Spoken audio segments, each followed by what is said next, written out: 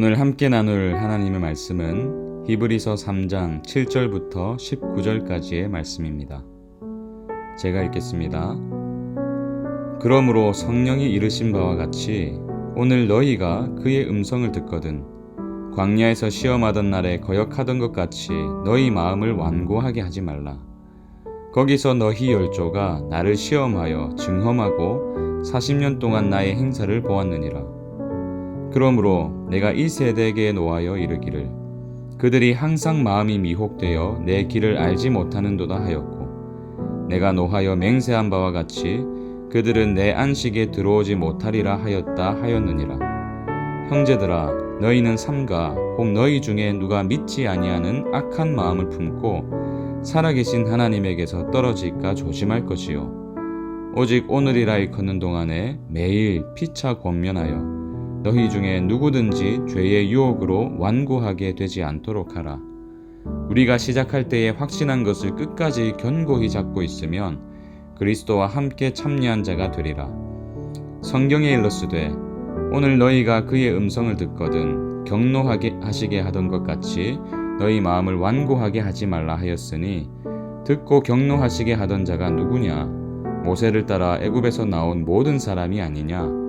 또 하나님이 40년 동안 누구에게 노하셨느냐? 그들의 시체가 광야에 엎드러진 범죄한 자들에게가 아니냐? 또 하나님이 누구에게 맹세하사 그의 안식에 들어오지 못하리라 하셨느냐?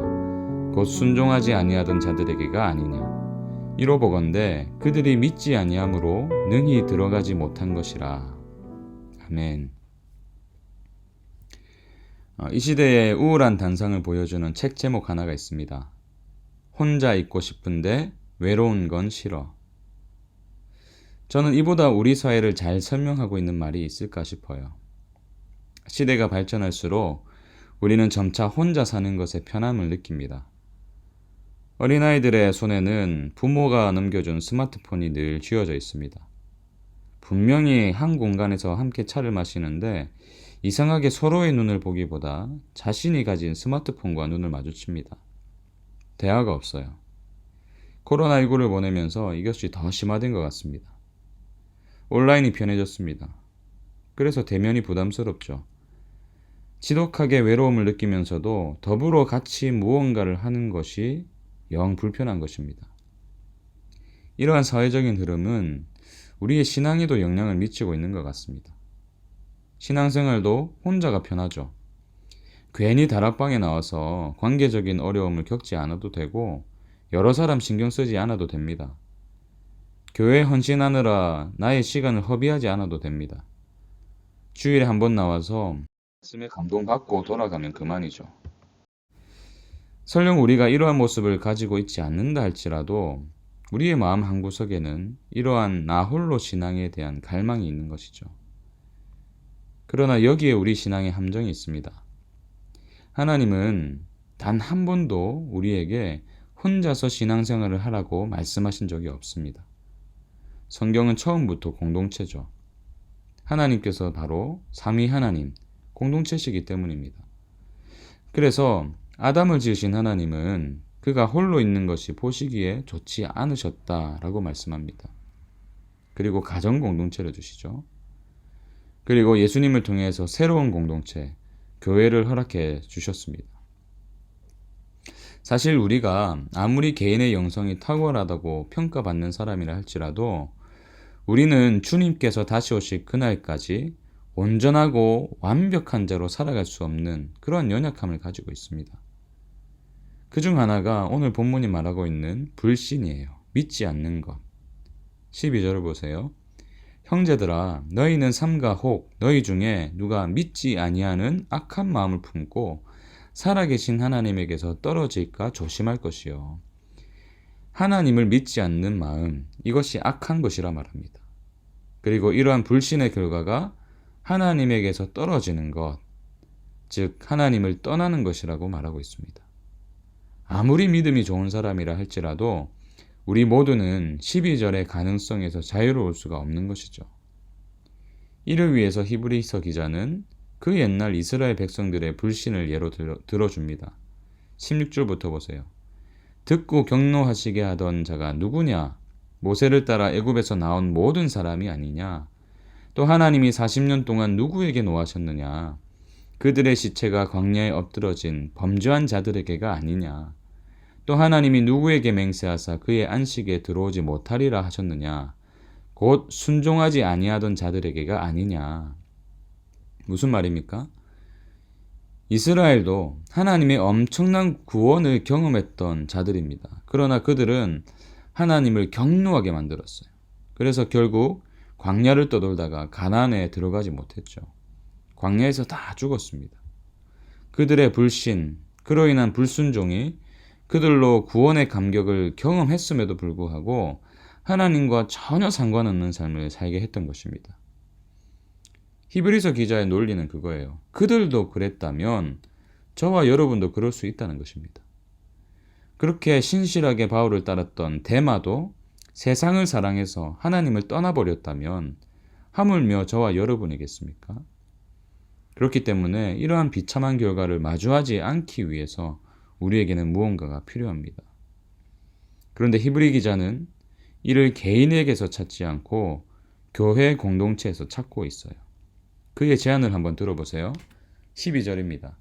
형제들아, 너희는 삼가 혹 너희 중에 누가 믿지 아니하는 악한 마음을 품고 살아계신 하나님에게서 떨어질까 조심할 것이요. 너희는 삼가 혹 너희 중에, 이 말의 전제가 무엇입니까? 개인이 아니라는 거예요. 공동체라는 것입니다.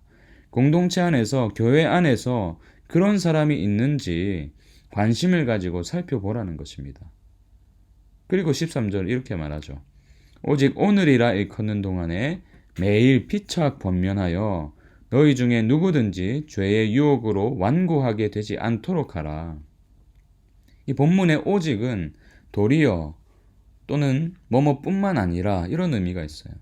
다시 말해서 앞에 구절을 수식하면서 관심을 가지고 지체들 중에 그러한 자가 있는지 지켜볼 뿐만 아니라 관심을 가지는 것에 그치지 말고 오히려 어떻게 해요? 사랑으로 권면하라고 말하고 있는 것입니다. 또한 이러한 권면을 오늘이라고 하는 동안에 매일 하라고 요청하고 있어요.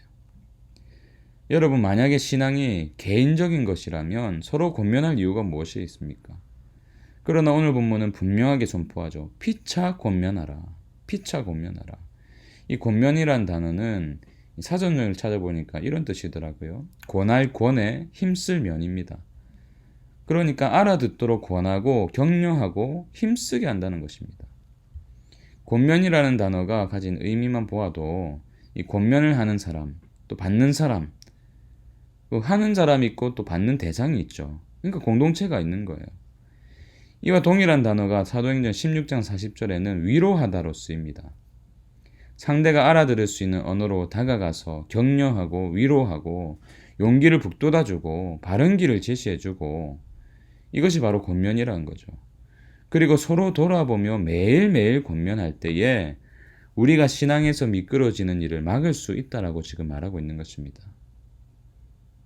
결국 오늘 본문의 핵심 구절인 14절, 우리가 시작할 때에 확신한 것을 끝까지 견고히 잡고 있으면 그리스도와 함께 참여한 자가 되리라.